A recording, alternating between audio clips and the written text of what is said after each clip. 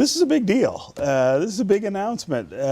When people think about, I think, the mobility economy and getting people ready for it, they tend to think of the traditional four-year universities and people getting bachelor's degrees and things like that. I don't think it automatically leaps into their minds that so much of this is about retraining and entry-level opportunities for young people, which is right in your sweet spot. Absolutely, and everything is about now.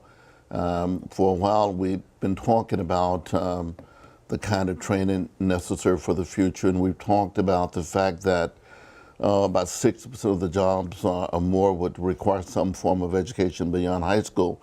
Now we know for sure that at 85% of the jobs will require some form of technical training, understanding the technology. Mm-hmm. And so we've moved into that space suddenly and somewhat quietly, and the future is now. Yeah. And so we've got to get it done. So 70,000 students on 7 campuses. Right. Talk about the kinds of opportunities this partnership will give for those students. Well, let me say first of all that when we talk about 70,000, we're talking about that number of students annually, and we're talking about credit and non-credit. Mm-hmm. And so much now in the community college, it is a sweet spot for community colleges, let me say that, because community colleges are uniquely positioned and poised to provide non-traditional and sometimes traditional training. Yeah. And so we can be responsive to the extent other institutions can't be. So community colleges are uniquely prepared to do so. But in terms of the training that's necessary, the technology that we are going to be in a position to provide, we're just we're in the right place at the right time. Mm-hmm. We're talking about smart campuses, and we talk about our campuses. We're talking about on one campus we have about 97 acres of land prepared that we can use for smart campuses, so to create simulation or simulated tracks for the kind of training that's going to be necessary. Rainbow Push is an organization that I think people are familiar with, mostly for civil rights work. Talk about their role here. Well, they continue to be a very forceful social justice institution. And they've had a long, very positive relationship with the automotive industry. Mm-hmm. And we, as a region, we're in the epicenter in terms of the automotive workforce, and we represent a huge talent pool within this region. So it's about access, training, and then some level of certification. Yeah. But it's in terms of Rainbow Push and Reverend Jackson, it's really about diversity. Mm-hmm. Mm-hmm. Equals appropriate access. And we represent a tremendous opportunity in terms of providing the talent for those jobs that are going to be out there in the future. Yeah.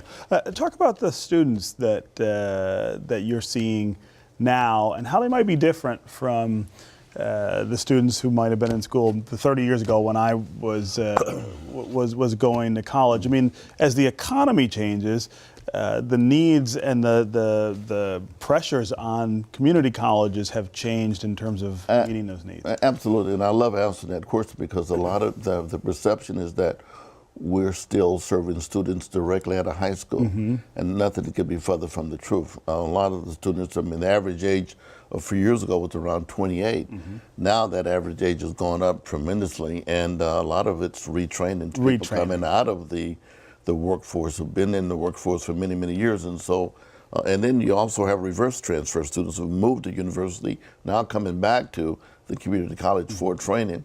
So suddenly we're seeing a different population, and it's certainly an older population for the first time.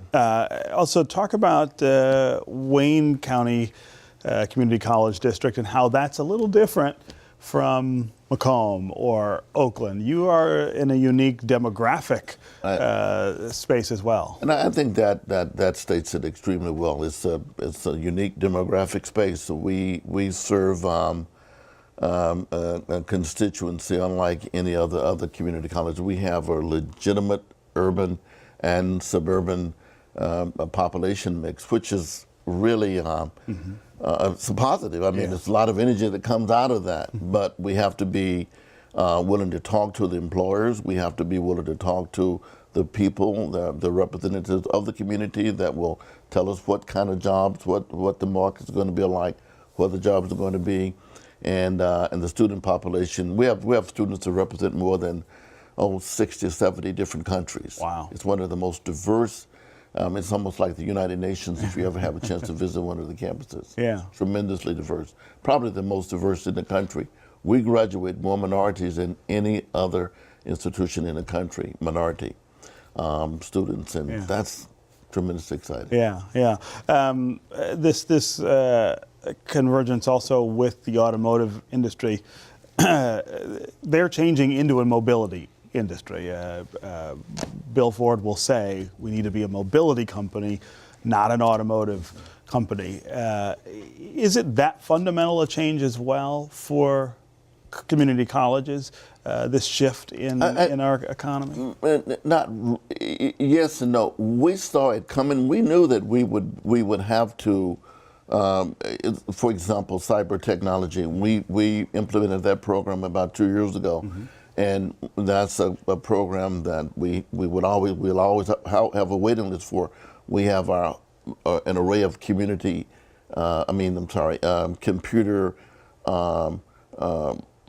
information technology classes or clusters. Those classes are always full. So the technology and the need for that kind of training has always been there. You're sort of out front, maybe, of the economic Probably trend. not knowing, because I don't think any of us had a clue about what autonomous vehicles would be about. Right. We heard about it, we read about it, but suddenly, sure, we know that the technology, we're talking about a level 3 technology, that's in place now. Yeah. So for this thing to really take off, the engineers are saying that they have to be at a level 4 technology, and that's just around the corner.